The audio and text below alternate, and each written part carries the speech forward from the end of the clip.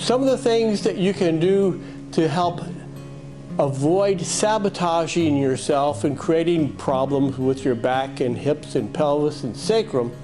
The first thing, this is especially for men, is don't put a wallet like this in your back pocket. Because when you have a really thick wallet, or even a thin wallet, and you're sitting on that wallet, it creates an imbalance in your pelvis, which in turn your back is going to want to lean to the other side, and then your spine is going to go sideways left and right all the way up to the top of your head. So by simply putting this wallet in your front pocket, you avoid all sorts of problems. That's an easy solution. Second thing to do is when you're getting in and out of a car, most people will open the car door and stick one leg in the car and pivot on that leg, so you're putting a lot of pressure on your right hip. Ideally, and especially if you've got a low back problem, this is going to make a huge difference. So ideally, open the car door, turn with your back towards the seat, and then kind of sit down in the car and swivel your legs around so you've got your position without putting any strain in your low back. The same as when you're getting out of the car, open the car door and swivel around in the seat, and then stand up with both feet, and you're done. Now if you've got a big pickup truck or an SUV, this is not going to work.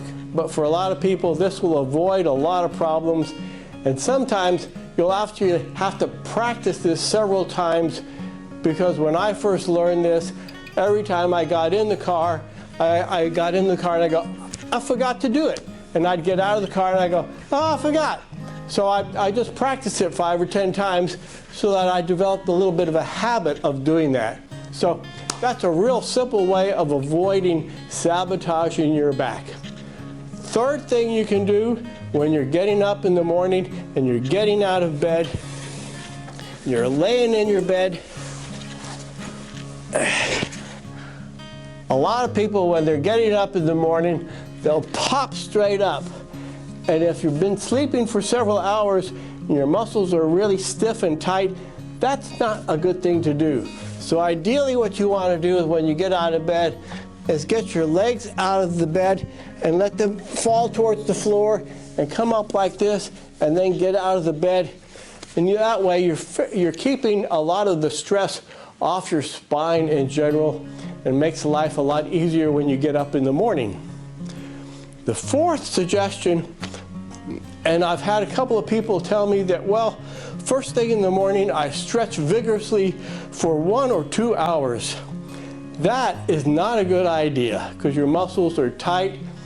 Ideally, you'd like to be moving around for an hour, maybe go outside and walk for a little bit, maybe take a hot shower, but let your muscles warm up, let your tissue get warmed and used to moving around, and then you can do all the stretching you want.